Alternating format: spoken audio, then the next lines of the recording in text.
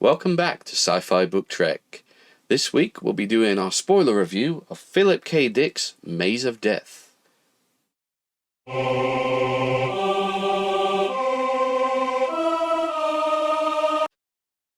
LSD. Powerful thing. Yeah. Like I say, just the foreword. It's like, oh yeah, I was totally tripping on acid when I wrote this. Yep, I can believe that. It's another bit where he talks to a number of bishops and about theology and creates his own religion. That admittedly was interesting, and you can see the comparisons between, the intercessor is clearly a play on Jesus, the mentefacturer. Yeah. I mean, that's a clue in itself. Like, what about the walk of the earth? Yeah, I mean, interesting again. It's like post ascension Jesus, or even a saint, or a saint, beatified person. I mean, yeah, and it's weird to have interesting theological discussions, especially in what's supposed to be a sci-fi novel. That said, the time machine got a bit interesting. But yeah, the theology aspect permeates through the entire narrative, as I said during the non-spoiler. I mean, for me, it falls off a bit in the middle, at least, because they'll go about praying. Oh, we've got to pray for Tall Chief's death, and then after that they don't really bother praying for anyone. I don't know. I was, and they don't use praying to solve their problems. Sort of really after that point, they become more. I don't want to say selfish, because even the prayers they're doing are selfish prayers. I don't know. There's a touch of God helps those who help themselves aspect to it, perhaps. Because they've realised that prayer got them into this mess. Yeah. Well, I think the whole reason they're there is because, well, one of them at least, they prayed to get there. And it feels like they're a bunch of people who spend more time praying than doing. Yes. And I mean, it is kind of funny that they kind of latch onto that idea. It's like, oh, you prayed to get here. What was the type of language that you used? Almost like it's like, we've unlocked the secret to getting God to answer our prayers, and it's the language used. And it's like, which form of God did you pray to? And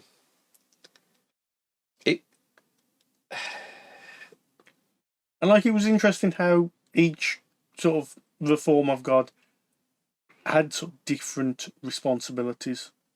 One could move back time and change courses, and others were more about redemption and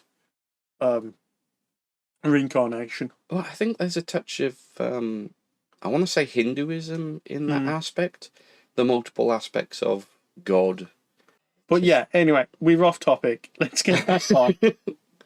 But I mean, it is kind of difficult to not talk about religion with this. But yes, that's the thing. The religion starts making you think about other things and stuff like that. And what would you do in a world where gods exist? In the book, it's like they found God worlds, and then there's sort of a little question of, are they really gods? And do they care?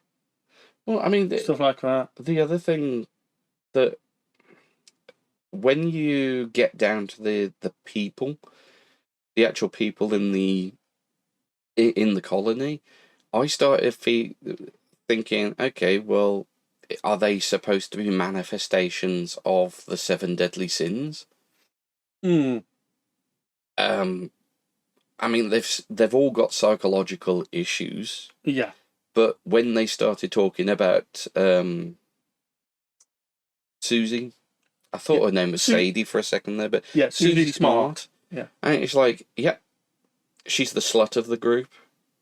And it's like, okay, you were hinting at that anyway, but then, sexual promiscuity, it's like, okay, well, is she supposed to embody lust? Is someone else in the group supposed to embody wrath? That's what I thought Morley's wife was going to be when she finds him, and hence the reason that she murders or is responsible for Susie's death.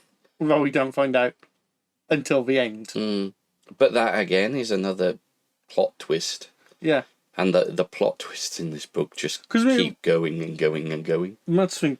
For me, it starts out with like some of the religious stuff. Then it sort of becomes a murder mystery for a time. Then it just becomes a conspiracy theory web. Yeah. You start thinking Agatha Christie type levels of, okay, They're all like trapped in a haunted house, or where there's a murder on loose. Because initially it was giving me halfway through, I'll say initially, ideas of I've got to remember the correct title to use, and then there were none. Ah. Yeah, because that's what I initially was getting. Because that one's got the alternative title. Well, yes, but that's like hints of sort of getting when it turned into a murder mystery. I was like, yeah, it's sort of like, and then there were not. I'm just trying to work out, is there one person behind this or not, or are they all actually innocent? The questionable aspects of certain members, whether are they all hiding the dark secret? Yes, and in that respect, I mean, there's a touch of an Inspector Calls about it. It's like that was almost a thing. I thought Russell, when his introduction comes in halfway through, whether he was going to be some sort of the Inspector calling on a group of people who are clearly have some problems, but and then you've got the whole aspect of the building. Again, this is where I was starting to lose touch with the book, because I mean, you've already got a couple of murders have taken place. Well, I say murders, a couple of deaths have taken place. And then the search for the building, and the building turns out to be pretty much not connected to anything. And then there's the revelation. It's like, oh yeah, we're actually on Earth, and we're all psycho. Well, the revelation they're on Earth doesn't come out till quite later on in the book, because they find these equipments have been built on Earth, or Terra, as they say. Yeah. But then they go to the building itself, and they all see something different. Yes. I mean, I've learned one thing. If I see a building with the word hippity hop, I just carry on walking. And speed away as fast as possible. I did not expect to find that in a book. Yeah, I was just, okay. Sure. Bizarre. But I think I think we should cast allusions to it. It's like I don't think. Was he struggling for words to put in? What actually was he in the context of the story, though? What's his name? Vasquez or no? Vasquez. No. Or was it Thud? Was it or something like that? Thug. Yes, that's it. But yeah, because he's the more violent. I don't want to say simple one, but Psychopath. uneducated, I would say, like, yeah. But I mean, even then, I don't remember what his actual role was in the conclusion, because I mean that was the point of the entire thing, is that it brings certain psychological aspects and it sort of enhances them. It's like taking a single aspect of someone's being and magnifying it to the point where that becomes their character, and hence the reason why Thug is basically a thug. He is. I mean, you seriously don't want to talk about that aspect, but No, you're just it's thinking just, we're going to get demonetized. but yeah, that, it's just like, we go, yeah, that's, I mean, we can talk about it if you want, but I am just It not doesn't. really sure where to go from it, where, like, where the books, Well, it's just like, this is the thing. I mean, the book does nothing with it. yeah. And the idea that I mean, he does nothing with nearly any of them, like Winery. I mean, I would have said that would have been a tall chief Yeah, thing. that's what I would have said, but for some reason it's Morley. Morley. Yeah. And like his wife sees witchery.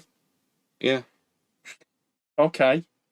I mean, I can understand perhaps the wife seeing witchery if Yeah. she is. I mean, to be fair, out of all of them, I probably would see witchery. That's out of all of them. It's like witchery sounds the best. Just a very exclusive club. Oh. Yeah. But no, it is interesting, the like amount of plot twists in it was such a short book. And I don't know, I never felt they were cheap. I don't think they're cheap plot twists. I think Like, there is enough. Like, to compare it to films, I would never call it an M. Night Shyamalan ending. Or a Ryan Johnson.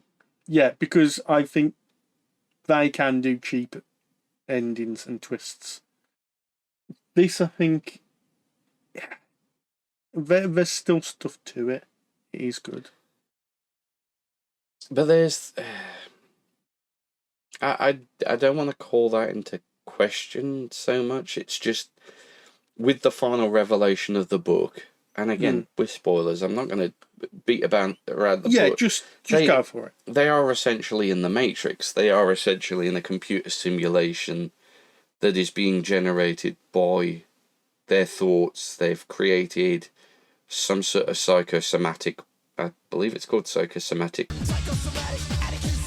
pattern that allows them to live in a fantasy to essentially whittle down the amount of hours that they've escape their realities. Yeah, because the reality is that they're stuck around a dead star with no hope. Yeah, no means to escape. But rather than essentially all take pills and kill themselves, they'd rather whittle down the time that they've got left sitting inside of a simulation. I mean, because it does mention a number of the like other crew have taken their lives. And that there's a possibility that when Robertson, the old lady, yeah, when she is the next to go, because she'll probably die of a natural death, there might then be another rush of people who will then go, oh, well, you know what, bugger it. But this is the thing, that to bring back to what I was talking about, the fact that it is a simulation, there's an awful lot that you can sort of write off as being just a product of that simulation, like a glitch in the Matrix. If there's any plot holes, if there's any nitpicks to be made, there were some nitpicks, but by the end of the book, it's like, well, they're not really nitpicks; they're clues. But in that respect, that kind of feels. I know that was where he was going for. Yeah. It's not a case of that. He Because I did this think just all, to basically be a subversive. all the arsehole. nitpicks I found did, on reflection, feel like clues and hints at stuff, rather than, nitpicks, rather than he's got something wrong. Yeah.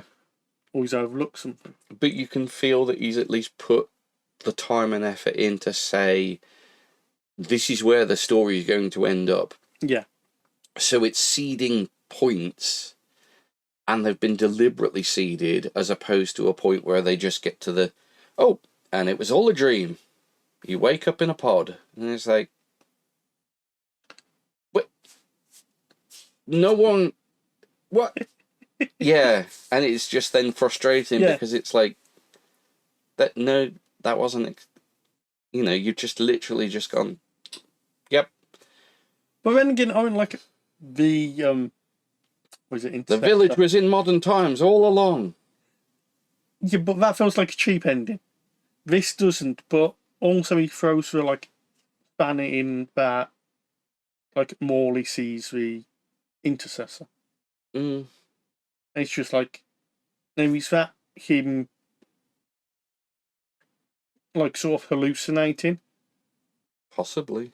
And he's just gone off to, I mean, not come back? They do make the point that if he'd have thrown himself out an airlock, that they would have detected it. They would have made, that the rest of them would have died as well, because if he'd have opened a valve to the outside, it would have blown the rest of them out into space. So the fact that he disappears without a trace and his wife can't find him. But that's the thing, they don't really look for him. That is true. Because they're too busy going, oh, we'll go into the next one. We'll go into the next one. And she sort of looks about, screams a little, goes, my husband. Then just goes back to the pod and just plugs herself in. Because it's become like a drug. Yep. To these people. I mean, the point that the addiction metaphors are pretty strong through it. You've got the guy addicted to alcohol, the woman addicted to sex, the pill popping lady. Addicted, you could say, to religion. Yep. But there are, I think initially 14. So, like, there are a lot of characters in it. And some don't have a lot to do, and some aren't in it a lot. Yeah, because let's be honest, what's characterising the old woman other than being she's a nice old woman? That's basically all they remember. Same with the custodian. Yeah. I mean, But then again, like, Tongue Chief, he gets quite a lot. He does get quite a lot for how long he's in it. Yeah. He's characterised as a wino. Yeah. And I mean, Morley and his wife do get a lot. Yeah. But that's more of a focal character. But initially it starts off with Tongue Chief. So you expect him to become focal character. But then he spends time with Morley. And then you're like, okay, these two are probably the focal characters. Then Tongue Chief gets killed off and... it's just interesting. But yeah, I do think the book he started to write, or the one he had in his head, wasn't the one which finally manifested itself. LSD will do that. Yeah. I was quite taken with the idea of the noses. And then when you introduce the concept at the end of the plot twist at the end of the book, where they're basically stuck on a one-way journey, they're not getting out of it. Yeah. I mean, it could even be that I could visualise the idea of the guys going into this the simulation as a means of problem solving. You know, creating a simulation where it's like, right, put us in a situation where we're on a one-way journey, we're all trapped here, we've got to work together to somehow find a way, and it's subconsciously trying to create that ideas where maybe in real life, they've tried everything they can think of and nothing has worked. So now they've put themselves into a subconscious memory system where it's like, okay, we've tried everything we can consciously think of. Now, see if subconsciously the ideas come to fruition. And you've still got the technical aspect of that one fellow who's still working. He's still an inventor, even, and he turns out to be the engineer. Well, also the leader, at the end. But no, what gave me, I wouldn't say ideas, but flashes of, was Red Dwarf's Better in Life. Yeah. That was the initial. It was like, yeah. I mean, even before holodeck simulation, it was like Red Dwarf Better Than Life. Except Susie doesn't need Chester cheat. Your scheme to seduce my fair lady will not succeed. Cheat 2? Code word chastity cheat.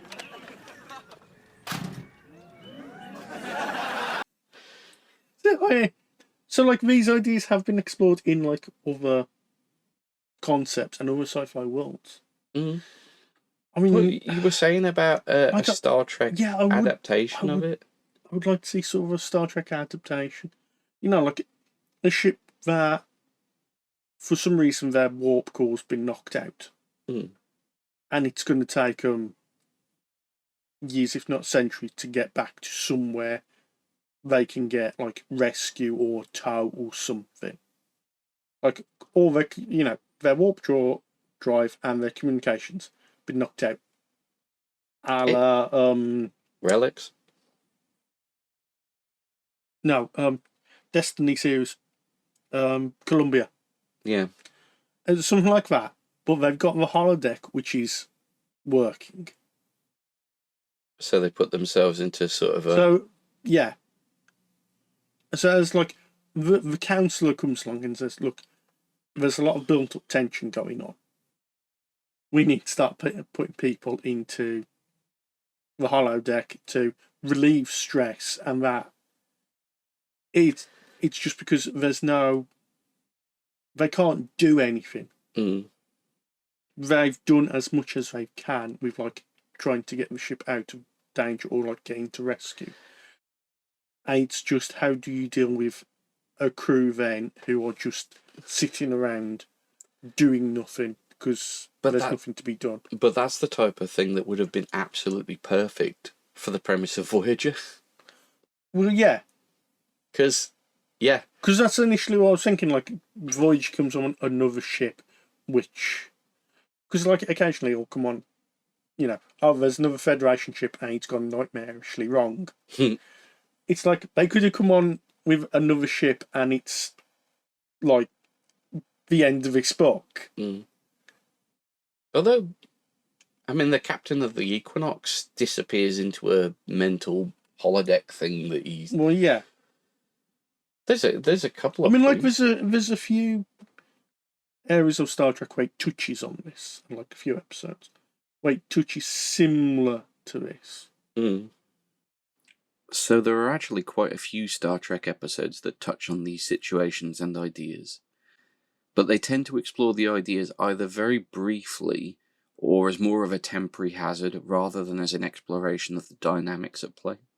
I had a couple specifically on my mind when filming, but things started to slide rather heavily off topic, so hopefully I can provide a little bit more of a summary of the specific episodes rather than disappearing into 5 hours of Trek nerddom as I can often do. So, first thing that comes to mind is the Deep Space Nine episode A Time to Stand, where the conclusion of the episode finds the characters in a Jemadar fighter craft that has no warp engines, no communications, and the nearest starbase is 17 years away. 17 years, 2 months, and 3 days. give or take an hour.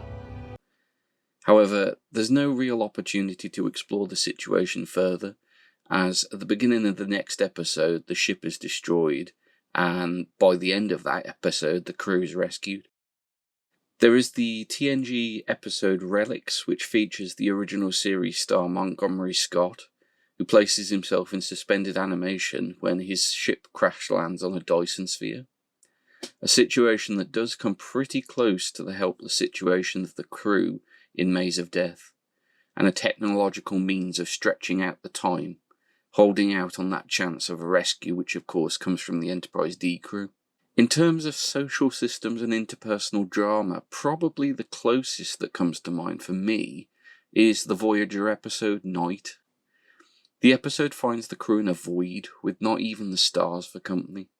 With nothing to scan or explore, and the predicted time frame being months of travel, the crew suddenly find themselves with far too much time on their hands and nothing to use it on. Social fractures start to form as days drift by with no end in sight, and morale plummets. There are of course others, I'm certain, such as the aforementioned Equinox episodes, and one that my colleague's about to mention in addition to these, but I didn't want this to turn into a video of Star Trek episodes. Maybe next time. I was thinking someone's like involving the holodeck, but also is something like that TNG episode. It's like, because of this, right, I have to deal with the aftermath as well. Like, oh, you killed me, and stuff like that, and they have to deal with not much, but like the ramifications of what they've done in the simulation. Mm. And I was thinking, with TNG, I think it's TNG, with, is it Barclay? Barclay's got hollow addiction. They go into the hollow suite, and it's all the female crew members. It's like, oh, it's not just the female crew members. Like, but it's their reaction to it of like horror, understandable. But it's like, how would you feel if you ran a simulation and someone killed you? Mm. And you got out, and it's like, why did you kill? Like, you've shown no anger towards me whatsoever, but you bashed my skull in. But this why? is why I like the sort of the social aspects of an isolated group for a very long time. I mean, you were saying about Mark Watney and The Martian that if you were on the team, you'd have bashed his skull in with a wrench a long time ago. But it wouldn't have been hidden. I would have told Mark Watney day one. But this is the thing. They're obviously a crew who's in isolation for a very long time. The social meshings of that group. You are going to get to a point where certain problems in any social group, certain problems are going to arise, and it's one of those things that clearing the air always comes about. It's like, right, we have a problem. You obviously have a problem with me. I have a problem with you. We need to get this out in the open, clear the air. This is their way of clearing the air, and that's the thing. It's like, well, that's what let's take this on the holodeck where I can fucking stab you multiple times. And then they come out, it's like, so we cool now? Yeah? Anyway, to get back somewhere on track, I did like the word foggiest. I just like that word, and it appeared, so I'm like, yay! The word what? Foggiest. Like, I haven't got the foggiest clue. That's not something that I would have necessarily picked up on, I suppose. I don't know. I don't know. It's just a word that just popped out and just went, oh. It's not a word you normally hear. Saying that, you made me look up the word cadger, so... Oh, yes. Well, I mean, to be fair, you told me you understood all those words, so... Anyway, before we get sidetracked again...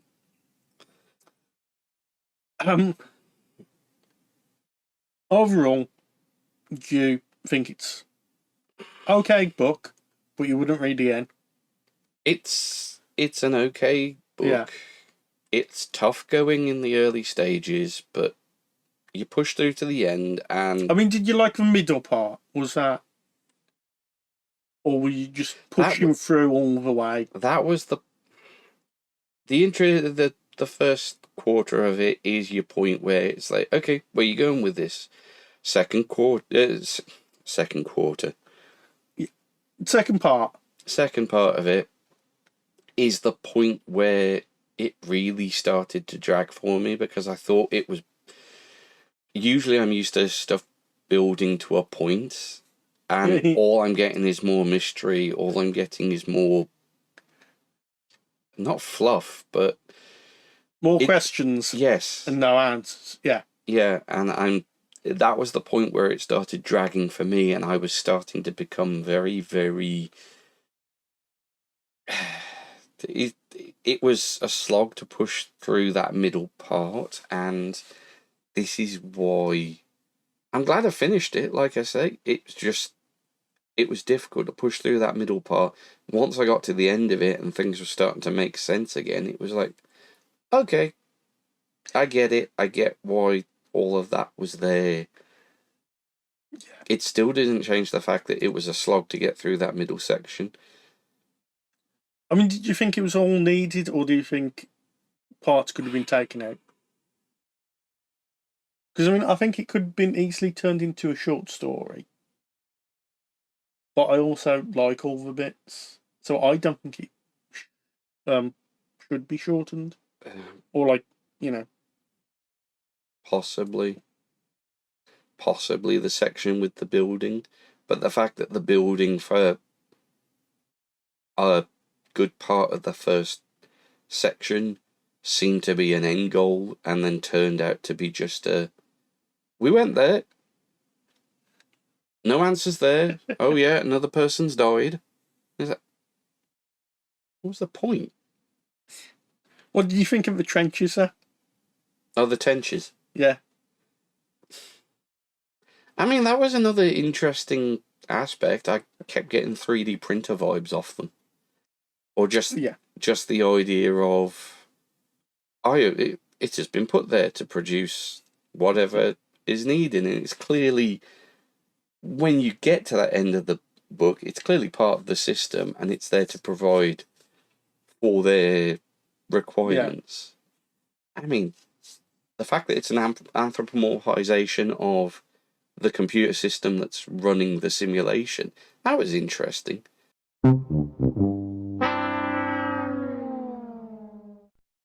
And the idea that asking it the question then destroyed the simulation, because it's like everything starts to break apart and suddenly it's no longer multiplayer. Yeah. I really liked it.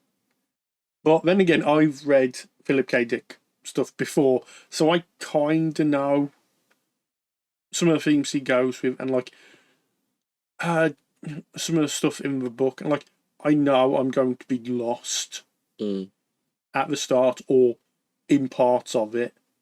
I know I'm going to be wondering which way's up and stuff like that. I know, so I knew that going in, and I did like it.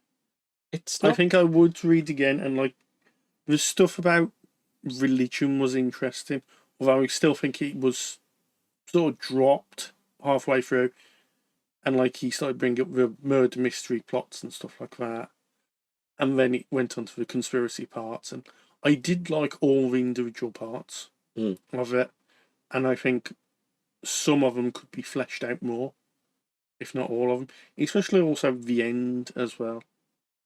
Yeah. Like I like how it ended. I don't think that could be.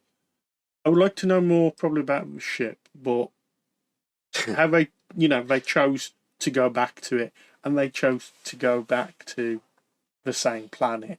It's just like, all right, that's interesting. I like the double bluff aspect. The idea that, we're part of a psychological institute. Oh, actually, no. Yeah, that was clever. You know, I don't think it's put me off Philip K. Dick as an author. Right. I'm happy to see some more stuff by him. But like I say, I don't think I would be reading this one again other than breadcrumbs, and see where the breadcrumbs from the end of the story factored in into the earlier one. But I can't see me reading it again other than that reason. That's fine. Oh, we'll end it there. Thank you for listening to our spoiler review. Next week, we shall be reviewing. Let me get out. Alistair Reynolds' Revolutionary Space. I have no idea what I'm getting myself in for. Don't worry, it's you'll like it, I think. Oh,